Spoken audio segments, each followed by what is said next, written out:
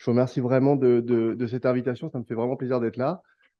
Donc, moi, je suis PEPH en maladies infectieuses à Raymond Poincaré à l'hôpital de Garches et je suis en charge de piloter les recommandations sur les pneumonies aiguës communautaires. Ce que je vais vous présenter sont les résultats des différents groupes de travail qu'on a mis en place.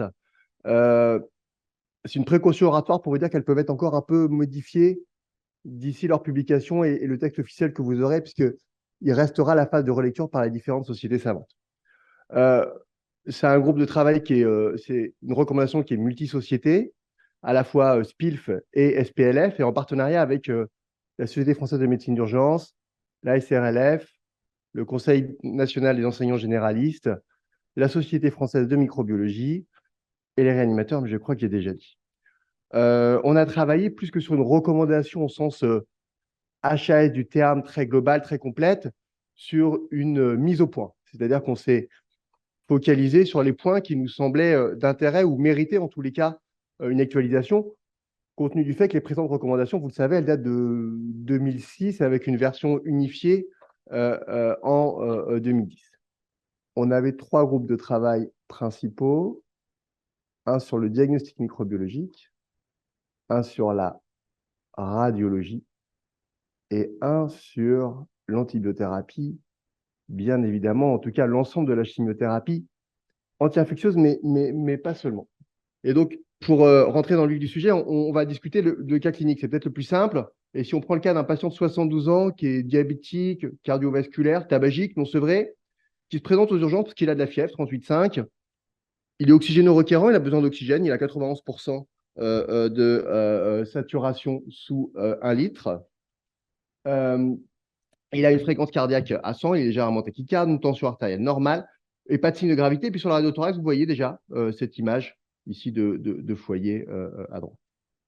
L'examen clinique est sans particularité, il n'y a pas de signe de gravité en dehors effectivement d'un foyer de crépitant lobaire inférieur droit, donc le diagnostic ne fait pas tellement de doute, et donc c'est une pneumonie aiguë communautaire chez un patient non immunodéprimé qui ne nécessite pas d'hospitalisation en soins critiques. Au niveau biologique, eh ben, il a une hyperleucocytose, une hémoglobine qui est normale et des plaquettes à 220 000. Et la première question qu'on s'était posée, c'est dans l'évaluation biologique de ces patients, quel dosage, quel biomarqueur vous utilisez? Alors, est-ce qu'on utilise la CRP? Est-ce qu'on utilise la CRP ultrasensible? Est-ce qu'on utilise la micro-CRP? Est-ce qu'on utilise la procalcitonine? Ou est-ce qu'on a besoin de rien d'autre? Alors, dans ce cas clinique un peu caricatural et de manière générale, en fait, on ne recommande à l'heure actuelle aucun biomarqueur. Et si on commence par la procalcitonine, qui est donc un biomarqueur qui avait été développé initialement pour l'initiation d'antibiothérapie, mais aussi pour essayer de réduire la durée de traitement antibiotique. On voit, alors, il y a eu plusieurs études, hein, notamment en réanimation, aux urgences, en pédiatrie, et là on s'intéresse, pardon, petite précision, parce que j'ai un collègue pédiatre, on s'intéresse aux pneumonies de l'adulte. Dans cette méta-analyse qui avait regroupé les différentes infections respiratoires, différents essais où la procalcitonine avait utilisé, mais il s'agit d'infections respiratoires hautes et basses. Ce qui avait été démontré de manière très surprenante, c'est que la procalcitonine diminuait la mortalité. Alors, un biomarqueur qui diminue la mortalité, ça nous interpelle toujours. En fait, on s'aperçoit que la procalcitonine, elle permet de réduire un peu la durée de traitement. On passe de 9 jours à 8 jours, et que par ce biais-là, on réduit les effets indésirables. Et c'est probablement la réduction des effets indésirables qui contribue à réduire la mortalité. Mais vous voyez que le problème, c'est qu'on est dans des durées de traitement qui sont déjà au-delà de ce qu'on recommande. On a parlé tout à l'heure des 7 jours d'antibiothérapie. On a vu les enquêtes de pratique qui montraient que la plupart des collègues sont maintenant à 7 jours, avec une recommandation qui va vers 5 jours, notamment les recommandations américaines. Et donc, on voit que la procalcitonine, ça peut avoir une aide par rapport à ce qu'on fait, mais on fait très mal. Et quand je dis on, j'intègre globalement l'ensemble de notre communauté, mais elle ne permet pas d'aller faire bien. Quand vous faites des enquêtes de pratique, notamment aux États-Unis, sur des databases hospitalières, alors que la recommandation est de 5 jours depuis plusieurs années, on voit que la durée moyenne est de 9 jours et demi et 70% des patients ont plus de 7 jours.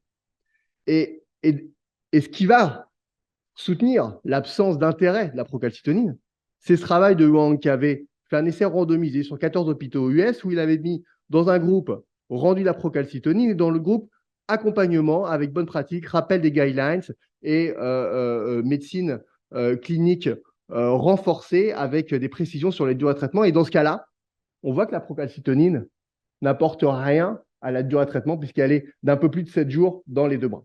Et on voit que même en termes d'initiation d'antibiothérapie, la proportion de patients pour lesquels l'antibiothérapie est initiée n'est pas influencée par la procalcitonin, ce qui est plutôt satisfaisant puisque ce qui prime, c'est la sensation clinique et la gravité du patient. Donc, la CRP n'est pas recommandée. En plus, on a des problèmes de seuil. On ne sait pas à partir de quel seuil on peut estimer que c'est plus grave. Il n'y a pas eu d'évaluation du seuil, notamment pour l'arrêt. Et idem pour la procalcitonie. Si on veut réduire la durée de traitement, alors il y a plusieurs études, mais je prends celle-là parce qu'elle est illustrative. On sait que ce qui marche bien, c'est de faire du conseil antibiotique. Et quand on accompagne les prescripteurs, on arrive à réduire la durée de traitement. Et vous voyez que dans ce travail qui a été réalisé en Angleterre, on est passé de 8 jours à 6 jours d'antibiothérapie pour les pneumonies communautaires, sans effet indésirable, évidemment, sur l'outcome, l'évolution ou le décès. Donc, plus des infectiologues que de la procalcitonie. Imagerie. Quelle imagerie demander chez les patients en première intention? Alors, sur notre cas qui était un peu caricatural, on a une imagerie qui est très claire avec une radiothorax très évocatrice. Mais vous savez qu'il y a pas mal d'imageries qui se sont développées. Alors, je parle notamment de l'échographie pulmonaire qui se développe à vitesse grand V, que ce soit chez les urgentistes, mais aussi en infectiologie. Je crois qu'il y a un DU dans l'Ouest, notamment sur l'échographie en pathologie infectieuse. Et puis, le scanner s'est démocratisé. C'est-à-dire qu'on a les scanners low-dose qui représentent une radiation de 4 radiothorax. Donc, finalement, quand le patient arrive aux urgences, qu'il y a un radiothorax de fax, de profil, que c'est une personne âgée qu'on ne voit pas très bien et qu'on la refait pour être sûr et qu'on refait de nouveau face profil, on est au même taux d'irradiation qu'un scanner low-dose. C'est rapidement accessible maintenant, enfin en tout cas de plus en plus, et puis on a des rendus extrêmement rapides. Alors, ce qui est les conclusions de notre groupe de travail, c'est que la radiothorax reste l'examen de première intention, en tout cas en hospitalisation, qu'il s'agisse de médecine conventionnelle ou de soins critiques. L'échographie pulmonaire, on va revenir à certainement une place intéressante. Et puis, le scanner thoracique a une place qui va être de plus en plus prépondérante, notamment chez nos patients qu'on voit aux urgences, mal installés, âgés, pour lesquels la radiothorax n'est pas déterminante. Donc, la radiothorax, elle va être recommandée en ville quand il y a un doute diagnostique. Vous savez qu'en Angleterre, par exemple, ça n'est plus recommandé, la radiothorax dans la pneumonie communautaire en médecine générale, parce que difficulté d'accès, difficulté de récupération. Finalement, le patient, il va au cabinet de radio, il arrive à avoir sa radio. On n'arrive pas à avoir le médecin traitant. Et donc, elle n'est recommandée qu'en cas de doute diagnostique. L'imagerie, elle est systématiquement recommandée en cas d'hospitalisation. Ça, c'est important. Et surtout, si elle est négative, il faut arrêter l'antibiothérapie. Ça nous paraît évident à nous, ici, experts de l'antibiothérapie et intéressés par ce sujet. Ce n'est pas forcément le cas. Et effectivement, si on fait un examen, il faut en tenir compte. Et l'intérêt, là, c'est d'effectivement pouvoir arrêter l'antibiothérapie si la radiothorax ne retrouve, enfin, si l'imagerie ne retrouve pas d'argument pour une infection. Et puis, il y a la question de cette radiothorax qu'on refait au long cours pour éventuellement diagnostiquer un cancer qui était à une forme initiale. Et on va recommander dans une population avec facteur de faire une imagerie et probablement que ce sera le scanner thoracique. Alors, c'est quoi les arguments de preuve pour recommander le scanner thoracique low-dose? Il y a eu 2 essais principaux qui ont été faits par une équipe française et une équipe franco-suisse, notamment aux urgences de Bichat, qui sont intéressés chez les patients des urgences à l'intérêt du scanner low-dose versus la radiothorax. Ils se sont rendus compte que non seulement ça permettait de diagnostiquer des pneumonies communautaires chez les patients qui avaient des insuffisances respiratoires qui étaient étiquetées OAP, et à l'inverse, des patients qui étaient étiquetés pneumonie étaient labellisés OAP et permettaient d'arrêter l'antibiothérapie. Donc on voit que chez cette population, pour laquelle la radiothorax est difficilement interprétable, parce que gibbosité, parce que alitement, parce que patient qui a déjà des antécédents pulmonaires, la radiothorax permet dans 40% des cas d'avoir un impact sur la thérapeutique, soit à l'arrêt, soit à l'introduction d'une antibiothérapie. Et donc, je pense que le scanner low-dose va prendre de plus en plus de place, notamment dans nos services d'urgence, notamment pour notre population âgée, en particulier pour celles pour lesquelles la radiothorax est difficilement interprétable. Donc, au moindre doute diagnostique, il faudra aller vers le scanner thoracique, qui, encore une fois, est peu irradiant, de plus en plus accessible. L'échographie pulmonaire, elle prend de plus en plus sa place. Beaucoup de gens font de l'écho ou s'y forment. Et ce qui est intéressant, c'est que maintenant, des non-spécialistes de l'échographie commencent à en réaliser. Et dans ce travail, qui est une méta-analyse des études pour lequel l'échographie était réalisée par un opérateur qui n'est pas radiologue ni un spécialiste de l'échographie, pas forcément un cardiologue, ce dont on se rend compte, c'est que l'échographie versus scanner ou versus radio a une bonne sensibilité. Vous voyez, en moyenne, c'est 91%, et une spécificité un peu plus mauvaise, supérieure à 80%, mais que 80%. Et surtout, cette spécificité, elle est très dépendante de l'expérience. Et ça, c'est la courbe d'apprentissage de l'échographie. L'avantage, c'est qu'effectivement, c'est un examen qui n'est pas invasif, que ça peut se faire au lit du malade et que c'est relativement rapide. Les conclusions qu'on en tire, c'est que c'est un outil qui est fiable pour le diagnostic de pneumonie, si tant est que le praticien est suffisamment formé. Et ce qu'on voit, en tout cas moi, dans mon hôpital, c'est que beaucoup de gens s'improvisent échographistes. C'est-à-dire qu'ils ont vu 2, 3 copains faire, ils prennent la sonde, ils disent ah bah je vois peut-être quelque chose et ils demandent un scanner parce qu'ils ont l'impression d'avoir vu quelque chose. Et en fait, pour l'instant, en radio, ça augmente un peu les demandes de scanner, à l'opposé de l'objectif qui serait d'éviter d'avoir de l'imagerie. Mais je pense que c'est une courbe d'apprentissage et quelque chose dont se modifier et que ça va évidemment prendre sa place, en particulier chez les patients qui ont une insuffisance respiratoire très sévère pour lesquels les déplacer ou les immobiliser ou les amener au scanner est extrêmement compliqué. En tout cas, ça semble un examen très intéressant dans le diagnostic, en particulier chez les patients sévères. Microbiologie. Alors, la microbiologie, elle a beaucoup évolué ces derniers temps. Elle évolue de manière exponentielle. Et chez le patient dont on a parlé, donc un patient communautaire qui n'a pas de facteur de risque d'infection à bactéries multirésistantes ou qui n'est pas immunodéprimé ou qui n'a pas de pathologie pulmonaire chronique, tout ça est un peu redondant avec les facteurs de risque d'infection à bactéries multirésistantes, quel examen microbiologique rapide réaliseriez-vous? Est-ce que vous faites des antigénuries pneumocoques, des antigénuries légionnelles, une PCR grippe et Covid sur un écouvillon nasopharyngé, une PCR multiplex, virus et bactéries atypiques sur un écouvillon nasopharyngé ou une PCR multiplex avec les bactéries dites cultivables, les bacilles gram négatifs sur un prélèvement un peu plus profond et comme par exemple un ECBC induit, ou est-ce que vous faites un ECBC, un examen cytobactériologique des crachats microbiologiques? Nous, dans notre groupe, on va recommander qu'effectivement, sur ce terrain-là, on ne recommande qu'une PCR simplex, grippe et Covid sur un écouvillon nasopharyngé. Alors, si on s'intéresse d'abord aux antigénuries, l'intérêt de l'antigénurie pneumocoque, il nous semble assez restreint. D'abord, c'est rarement positif. Et même quand c'est positif, les gens n'adaptent pas l'antibiothérapie. C'est-à-dire que souvent, le patient il est sous augmentin, il a l'antigénurie pneumocoque positive, mais il a peut-être été vacciné, et puis il est âgé, et puis il y a peut-être des anaérobies, donc on va quand même laisser l'augmentin. Et ça, on l'a fait, nous, on l'a fait dans notre hôpital, Fabrice Camou l'a fait à Bordeaux. Toutes les expériences françaises montrent qu'effectivement, l'impact de l'antigénurie pneumocoque positive chez un patient hospitalisé en dehors des soins critiques, elle est quasi nulle. Donc, on ne la recommande pas. L'antigénurie légionnelle, elle est recommandée en cas de présentation clinique ou biologique évocatrice, donc signes extra-respiratoires, anomalies biologiques évocatrices, insuffisance rénale, augmentation des CPK, ou surtout résistance à un traitement bien conduit par bêta-lactame. Alors, en soins critiques, c'est un peu différent. Pourquoi est-ce qu'on fait l'ensemble des prélèvements? Alors, d'abord, on est en soins critiques, donc on a besoin d'avoir effectivement une documentation microbiologique de manière peut-être un peu plus aiguë. L'objectif pour l'antigénurie pneumocoque, ce n'est pas forcément d'adapter, parce que les patients sont très sévères, c'est aussi une surveillance épidémiologique.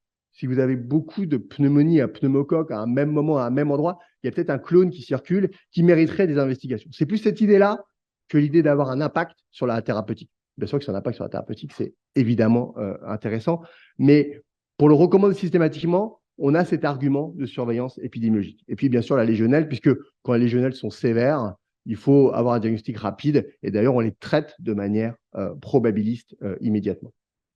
Le CBC, c'est un peu un serpent de mer. On ne sait pas très bien comment le placer. Alors, ça bien sûr, c'est un intérêt. C'est-à-dire que si ça permet d'isoler une légionnelle, c'est de la surveillance, c'est de la déclaration. Donc, ça peut avoir son intérêt.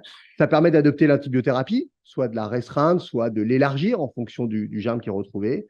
Ça permet effectivement de suivre l'épidémiologie et pneumonie communautaire parce qu'on dit qu'on n'a pas besoin de faire de CBC parce qu'on connaît l'épidémiologie. Mais si on ne fait jamais de CBC, on ne connaît plus l'épidémiologie de fait. Et donc, pour toutes ces raisons, il y a une discussion récurrente autour de l'ECBC parmi les différentes sociétés savantes. Les limites de l'ECBC, c'est les suivantes. C'est que, en fait, sa sensibilité et sa spécificité, elles sont éminemment variables en fonction de paramètres relativement simples qui sont la qualité du crachat et la qualité du gras. Et puis enfin, il y a des paramètres tout simples de circuit qui sont la capacité du laboratoire à pouvoir traiter un ECBC et puis le délai de rendu qui est 24-48 heures pour avoir l'antibiogramme, qui est plus long et qui a probablement peu d'impact sur la stratégie thérapeutique. Et d'ailleurs, quand vous regardez les études, elles vous disent que l'ECBC, en fait, n'a pas d'impact sur la stratégie thérapeutique et a peu d'impact, en tout cas, sur l'outcome du malade. Bon. Dans ce travail de méta-analyse, ce qui est montré, c'est qu'effectivement, sa sensibilité et sa spécificité sont éminemment variables en fonction des prélèvements et des qualités de prélèvements. Si on le recommande pour tout le monde, on imagine bien la charge de travail au laboratoire, la difficulté à réaliser de manière qualitative. Et donc, on a recommandé le CBC chez les patients qui ont des pneumonies graves, c'est-à-dire ceux qui vont en soins critiques, en particulier s'ils sont intubés, ventilés, bien évidemment. Chez les patients chez lesquels l'antibiothérapie empirique sera autre que C3G macrolide. Alors, on voit bien que ça permet de dire chez les patients qui ont des facteurs de risque de bactéries multirésistantes, chez les patients chez lesquels on va élargir parce qu'on pense qu'il y a peut-être une autre bactérie. Donc, dans ce cas-là, il y a un intérêt à l'ECBC pour essayer de restreindre secondairement le spectre. Et puis, c'est un peu redondant avec le thème d'avance, chez le patient qui a des facteurs de risque de bactéries multirésistantes. Le patient qui a été hospitalisé, qui a une antibiothérapie parentérale par voie systémique dans les 3 derniers mois. Alors, ça paraît un peu large et probablement qu'on va affiner ces critères. Mais vous voyez que le CBC doit être réservé à des cas particuliers et ce n'est pas le standard de prise en charge de l'ensemble des pneumonies communautaires hospitalisées et encore moins en vie. Et puis, il y a ce nouvel outil assez attractif qui sont ces PCR multiplex qui permettent de faire un diagnostic pansyndromique. C'est-à-dire qu'on fait, soit on frotte le nez, soit on fait un prélèvement un peu plus profond et on a un test sur l'ensemble des bactéries, l'ensemble des virus, et ça permettrait en quelques heures, voire quelques minutes, quand on a un point of care, de pouvoir adapter l'antibiothérapie, voire de l'arrêter si on trouve que du virus. Ça permet aussi d'isoler les malades, si jamais ils en ont besoin, parce qu'on trouve un virus, et maintenant, vous savez, comme moi, vous trouvez des rhinovirus, et qu'est-ce qu'on en fait? Est-ce qu'on les isole? Est-ce qu'on les isole pas? Alors qu'avant, on les mettait en chambre double, et avec notre capacité hospitalière actuelle, ça pose évidemment des problèmes. Les limites, vous les connaissez comme moi, c'est que d'abord, les panels sont non exhaustifs, il y a des choix qui ont été faits, notamment l'AFNIA n'est pas dedans, la Serratia n'est pas dedans, et pour les patients très sévères, ça pose problème. La deuxième chose, c'est que faire la différence entre infection et colonisation est pas évidente, et même difficile à faire. Et puis, les mécanismes de résistance ne sont pas forcément en lien avec la bactérie identifiée. Si la bactérie responsable n'est pas celle qui est dans le spectre, mais qu'elle a un mécanisme de résistance, il va apparaître. Et du coup, l'impact sur la thérapeutique, l'interprétation du test est difficile. Elle doit être accompagnée de cliniciens. Je pense que c'est l'intérêt de ces nouveaux outils. Ce qu'il ne faut surtout pas, c'est les mettre à disposition comme ça. Moi, ça s'est fait dans mon hôpital. Ils ont mis à disposition comme ça. Tout le monde a prélevé. Et en fait, quand on a fait l'évaluation, je vais vous montrer, ça ne donne pas grand-chose. Et pour autant, ça a un coût important. Et c'est une des autres limites. On n'a pas d'évaluation médico-économie de ces tests qui sont relativement coûteux. Donc, en dehors des détails pratiques qui sont simplement d'avoir aussi un labo qui est capable de répondre ou d'avoir un point of care délocalisé qui permet d'avoir la réponse directement au lit du malade et d'avoir une rapidité de rendu de résultat, c'est le coût de ces examens pour quel impact. Si on doit discriminer un peu ces panels, il y a les panels O, c'est les couvions nasopharyngés qu'on a tous fait pendant le Covid de multiples fois, avec la détection de différents virus respiratoires et des bactéries atypiques, pour lesquelles l'impact est discutable. Et puis le panel respiratoire bas, mais qui se fait, si possible, sur une aspiration ou un LBA, ce qui n'est pas faisable, effectivement, chez un patient qui n'est pas forcément en soins critiques, qui n'a pas de critères pour avoir une antibiothérapie plus large que ce qui est recommandé usuellement.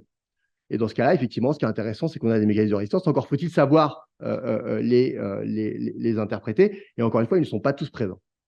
Qu'est-ce qu'on sait de l'impact de ces tests? Pas grand-chose, en fait. Alors, c'est peut-être parce que c'est le début, il y a une courbe d'apprentissage, mais en tout cas, à l'heure actuelle, l'impact de ces tests, il n'est pas très démontré. Il y a un essai, il y a cet essai-là qui a démontré que ce qui était intéressant, en tout cas, dans cet essai-là, il s'était intéressé à l'impact d'un diagnostic rapide de grippe aux urgences. On est très loin de la PCR multiplex virale et bactérienne. Et ce qui avait été démontré, c'est que dans ce cas-là, effectivement, ça permettait de limiter la prescription antibiotique, d'isoler plus vite le malade, de raccourcir la durée de traitement antibiotique. Ça, c'est drôle parce que les gens ils prescrivent un peu, mais comme on sait que c'est quand même une grippe, on va peut-être prescrire moins que si ça n'en avait pas été une. Mais on en prescrit quand même un peu parce que bon, ça c'est la vraie vie, vous le savez comme moi, on est toujours un peu anxieux quand on est clinicien. Ça permet d'isoler les malades, ça permet les retours à domicile aussi plus rapides. Mais ça, c'est un test grippe standard. Il n'y a pas besoin d'avoir une PCR à 120, 150 €. Il faut juste, même des tests maison grippe suffit. La donnée qu'on a sur la PCR multiplex, c'est le seul essai à ma connaissance, c'est l'essai Flagship, qui est un essai australien, où ils sont intéressés en fait aux pneumonies à bacilles gram négatifs en réanimation. Donc on est quand même très très loin de la pneumonie communautaire ou du standard de la pneumonie communautaire. Et dans ces cas-là, ce qui a été démontré, c'est que la mise à disposition de ces films arrêts ou de ces panels multiplex exhaustifs, et encore une fois en réanimation pour les infections à bacilles gram négatifs, permettait de diminuer la durée avant adaptation de l'antibiothérapie. Tout ça est accompagné d'une éducation des prescripteurs, d'une procédure et accompagné par des infectiologues, des microbiologistes cliniciens qui permettaient de prendre des décisions thérapeutiques. Donc, encore une fois, un test tout seul, ça ne fait rien. Il faut se l'approprier, il faut définir des indications, il faut l'accompagner. Et c'est simplement dans ce cas-là qu'on peut avoir un effet. Et encore faut-il savoir quel effet on veut mesurer et quel impact on attend. Tout ça, il faut opposer le coût, la difficulté d'organisation, le workflow au laboratoire, le rendu de résultats. Est-ce que H24 vous est disponible au téléphone pour vous dire allô, je suis aux urgences, on a une PCR, c'est une Serratia, puis il y a marqué BLSE, qu'est-ce que je fais? Est-ce que vraiment ça a un intérêt? Je ne sais pas. En tous les cas, je trouve qu'il n'y a pas beaucoup d'intérêt pour l'instant suffisant pour les recommander de manière générale. Et ça, je vous montre mea culpa dans le service. quand le test est arrivé, ça a été prescrit larga manu, comme ça, hein, les gens sans protocoliser. On a repris 134 patients qui avaient eu ce dépistage. Et déjà, première stupeur, 69 avaient des pneumonies. Ça veut dire que dans la moitié des cas, c'était fait pour fièvre. Fièvre, boum, PCR multiplex. Bon, 120 €. OK. Là-dessus, on retrouve des résultats qui sont positifs. Donc, on avait une bactérie, d'accord, et puis des virus dans 22 cas. Et en fait, ça n'a impacté notre prise en charge que dans 6 cas. Donc, 6 cas sur 134. Je pense qu'on a vraiment une marge d'amélioration importante et les recommandés d'emblée ne me semblent pas à l'heure actuelle justifiées. Les recommandations qu'on a, du coup, qu'on va émettre, c'est, alors, chez les patients sévères de réanimation, faire la PCR virale et bactérienne accompagnée de tout ce qu'on a dit, c'est-à-dire d'un processus de décision, d'un protocole, d'un process. Ça a probablement un intérêt, même si l'évidence est faible, il faut encore évaluer, il faut d'autres données, mais peut-être que chez des patients très sévères, il y a moins de discussions. Chez les patients qui vont être hospitalisés, diagnostiquer le Covid et la grippe en période épidémique, alors encore faut-il définir la période épidémique, c'est recommandé à l'heure actuelle, dès qu'on les hospitalise, par une recommandation multisociété que vous connaissez. Et puis, donc, pour l'ensemble des PCR, j'allais dire, en ambulatoire, il y a pour l'instant, en tout cas, pas d'éléments qui permettent de recommander, même si on peut discuter de l'intérêt notamment des tests antigéniques en ville, et on va probablement débuter un essai prochainement. En tout cas, en médecine, en cas de contexte épidémique et ou clinique évocateur, on peut faire la PCR, mais encore une fois, c'est le patient qui a une pneumonie, ce n'est pas le patient qui a de la fièvre, et s'il a des signes, et si on pense que vraiment ce test va changer quelque chose. Sinon, s'il dit, bah, oui, je trouve un virus, mais de toute façon, je vais le traiter par antibiotique, il n'y aura pas d'intérêt à le réaliser. Et puis en soins critiques, encore une fois, avec moins d'éléments, on le préconise, en particulier quand l'antibiothérapie est plus large que simplement bêta-lactamine et macrolide, qui est le standard de soins habituel. Antibiothérapie, alors, votre patient a une PCR grippe et Covid négative, quel traitement vous réalisez? Il n'est pas en réanimation, est-ce que vous faites une mono, une bithérapie? Alors ça, c'est un affrontement transatlantique, hein. Les Américains sont très bithérapie sur des arguments plutôt microbiologiques de deux font mieux qu'un, de l'effet anti-inflammatoire des macrolides, parce que le pneumocoque, il est souvent restant macrolide. Et puis en Europe, on est plus monothérapie. Là, il y a eu 2 essais qui sont, à mon avis, les plus illustratifs. Il y a cet essai de Marc Montaigne, qui est un essai randomisé en cluster, où il a randomisé bêta-lactamine versus bêta-lactamine macrolide versus fluoroquinone antipneumococcique. Alors, c'est des effectifs qui sont toujours, qui font un peu rêver, hein. C'est 600 patients par bras en Hollande. Les immunodéprimés n'étaient pas inclus les patients qui avaient des mucos et qui étaient en réanimation. Et puis, je passe rapidement, mais en gros, il n'y avait pas de différence que le patient soit en mono ou en bithérapie. Et puis, un peu plus proche de nous, Nicolas Garin en Suisse a fait un essai randomisé plus classique où il a comparé bêta-lactamine macrolide versus bêta-lactamine et il ne trouvait pas de différence sur les différents outcomes qui avaient été listés dans l'analyse statistique. Et donc, l'indication de la bithérapie, on la réserve à la pneumonie grave qui va en réanimation en attendant d'avoir dédouané la légionelle. Et dans ce cas-là, on passe à une monothérapie. On garde la bithérapie pour les pneumonies sévères avec du staph doré productif de leucocyte de pentanvalentine. Et dans ce cas-là, il faut une bêta-lactamine à la fois antistaphylocoxique et antibiotique antitoxinique. Mais on sort un peu du dilemme C3G macrolide. Et sinon, elle n'est pas recommandée, en particulier dans une infection légionelle où on n'a pas trouvé d'études qui montrent la supériorité d'une bithérapie versus une monothérapie. Alors, votre patient, on l'a dit, PCR grippe Covid négative, et puis à 72 heures de C3G, il a été traité par monothérapie comme c'est recommandé. Il est apyrétique, fréquence cardiaque 90, saturation 94%, fréquence respi 22, et puis une tension normale. Donc en gros, il a des signes, il n'a plus de signes, il est guéri. Est-ce qu'un patient guéri, il faut continuer à traiter? Il présente des critères de stabilité qui ont été définis par Eisenhahn, qui étaient des critères qui ont été développés initialement comme critères objectifs de bonne évolution d'une pneumonie. Parce que savoir ce que c'est que la guérison d'une pneumonie, c'est pas clair. Et dans la littérature, vous prenez tous les essais qui s'intéressent aux durées de traitement, aux molécules ou aux corticoïdes, vous verrez que les critères à la fois d'entrée, c'est-à-dire de définition de pneumonie, et les critères d'outcome sont très variables et sont complètement hétérogènes. Et Ham l'avait proposé. Après, ces critères ont été utilisés comme critères de relais Péros, puis comme critères de sortie, sans éléments, sans preuve à l'appui. Et puis, pardon, voilà, donc ça on l'a dit. Et donc, nous, ce qu'on propose, c'est que le patient à J3, quand il présente des critères de stabilité, la recommandation IDSA ou anglaise, c'est de dire quand ils sont stables à J3, on peut arrêter à J5. Sur une seule étude randomisée produite par les Basques espagnols, Ano Oranga, qui avait montré qu'à 48 heures d'apyrexie, à 48 heures de stabilité, on pouvait arrêter l'antibiothérapie sans risque. Donc, la question qu'on s'est posée, nous, c'est de se dire pourquoi est-ce qu'il faut attendre 48 heures? Pourquoi est-ce que quand ils sont stables, on n'arrête pas quand ils sont stables? Alors, il y a eu 2 essais qui ont évalué 3 jours de traitement antibiotique, quand les patients sont améliorés. Le premier essai, Mark Bontain et Rachid El-Moussaoui, chez des patients peu sévères, avec des pneumonies qui ont des PSI inférieurs à 110, donc vraiment des patients très peu sévères, que 120 patients qui étaient traités par amoxicilline. Et quand ils s'amélioraient, c'est-à-dire apyrexie, amélioration des signes cliniques à J3, ils étaient randomisés 5 jours d'amox ou 5 jours de placebo. Donc, ils avaient 3 jours d'amox versus 8 jours d'amox.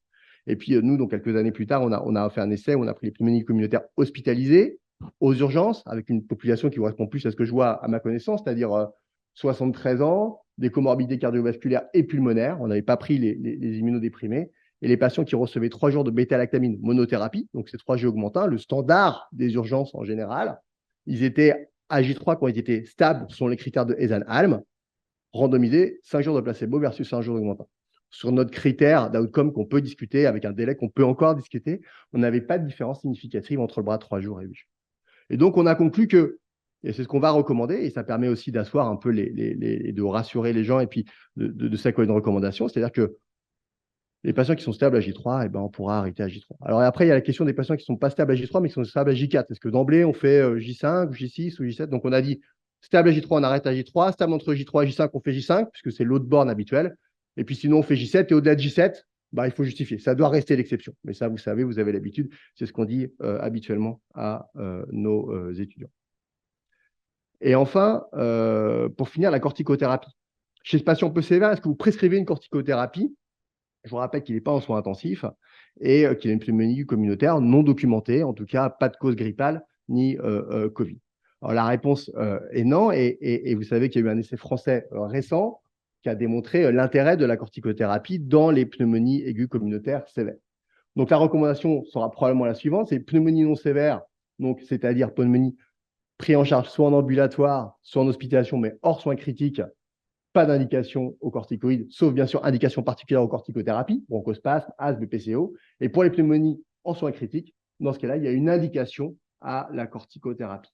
Alors, c'était très étonnant cette année-là, puisque l'équipe de Miduri avait sorti un travail dans les hôpitaux des vétérans où ils avaient comparé 40 mg de prednisolone avec une dose décroissante sur 21 jours chez des patients qui étaient souvent intubés et ventilés, avec une introduction un peu délayée par rapport au travail de Pierre-François Desquin. Et puis, Covid, l'étude est interrompue précocement, et puis finalement, en tout cas dans la liste statistique, il n'y a pas de différence. Et puis, nos amis Tourangeau pilotent un superbe essai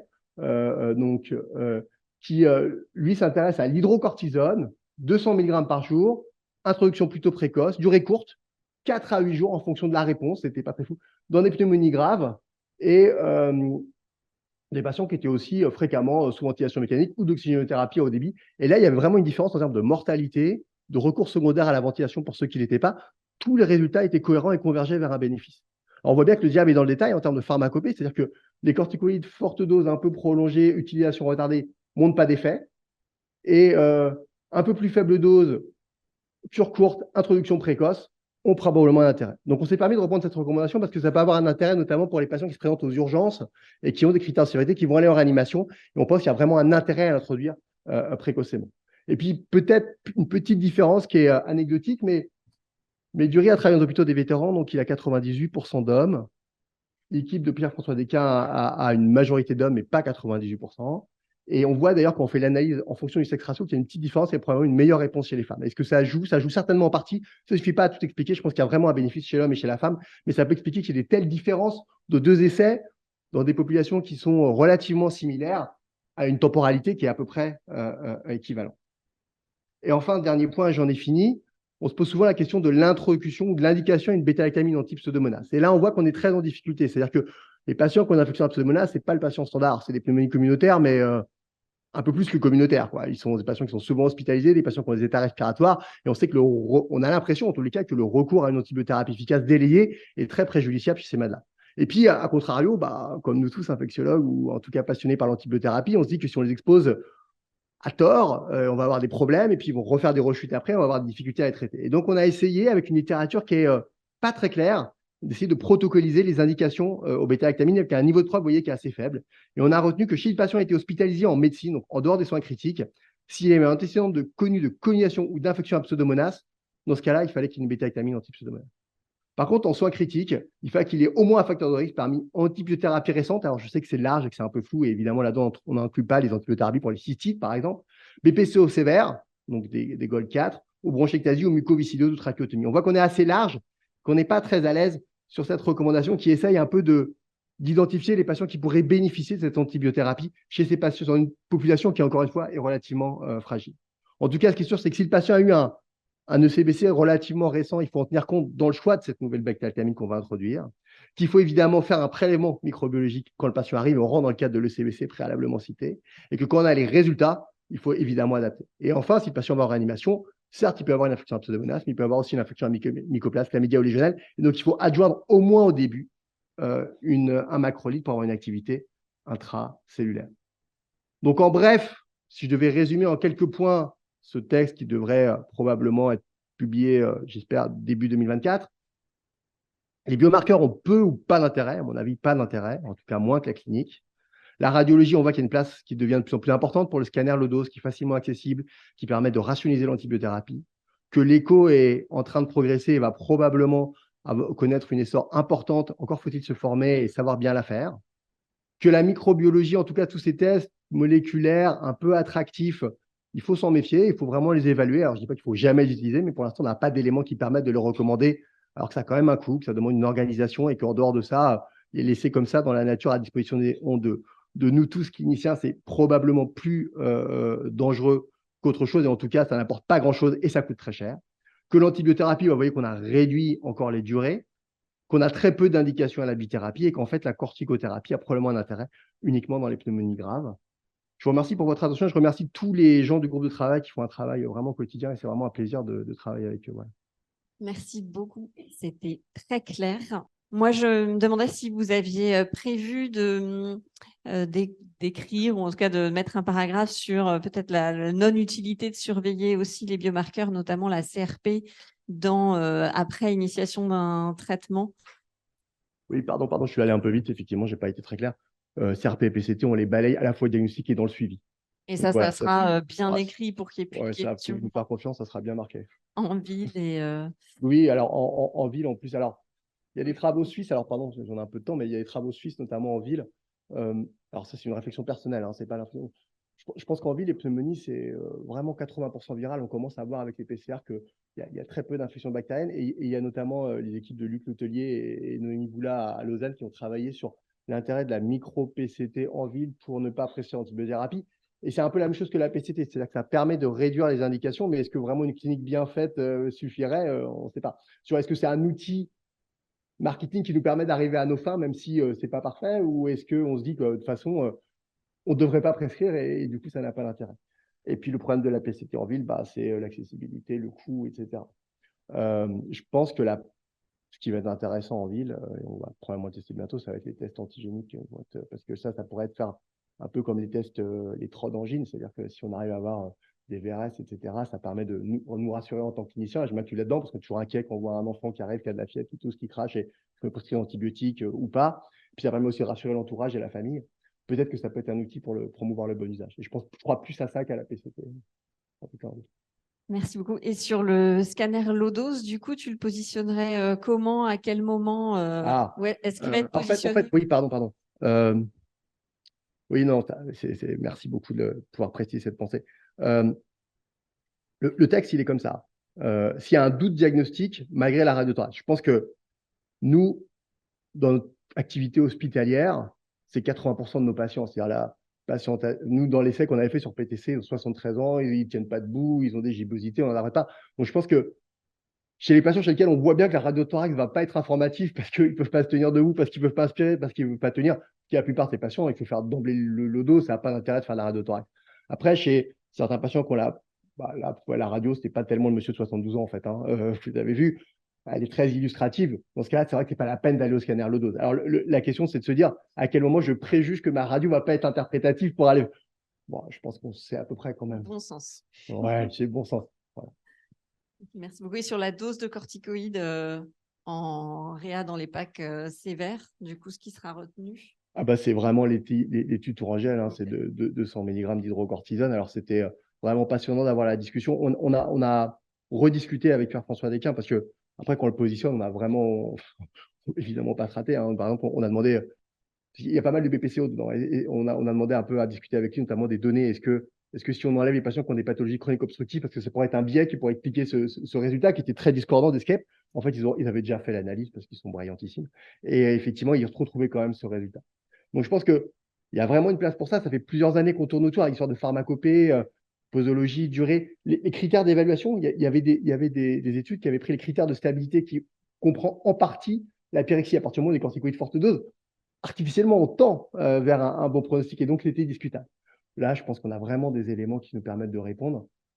Donc, je dirais relativement précoce, et on voit que c'était une introduction qui était dans les moins de 24 heures. C'est pour ça qu'on s'est permis de positionner, parce que ce n'est pas des recommandations faites pour les réanimateurs. Je ne suis pas réanimateur, mais c'est des réanimateurs dans le projet. Mais on s'est dit qu'il y avait un intérêt pour nos collègues urgentistes ou nous en salle quand le patient arrive et est un peu sévère et qu'il va passer en réa et qu'il n'y a pas de place et qu'il y a quand même un intérêt à le mettre assez précocement à cette dose-là.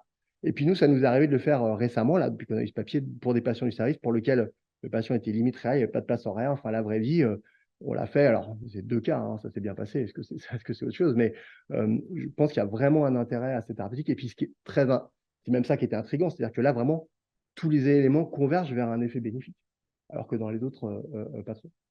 Et les seules différences qu'on a, c'est ce que je vous ai dit sur le sexe ratio et sur la pharmacopée. Mais les critères d'évaluation sont bons. Et encore une fois, quand il faut analyser dans ce groupe, qu'ils prennent mortalité, recours, durée, recours à la ventilation, tout converge vers un bénéfice. Je crois qu'il ne faut pas. Le doute n'est plus trop permis, quoi. Et puis depuis, il y a eu des méta-analyses que vous avez vues qui ont été faites avec un repris au niveau patient. Alors bien sûr que cet essai écrase un peu tout, mais du coup, tout reconverge vers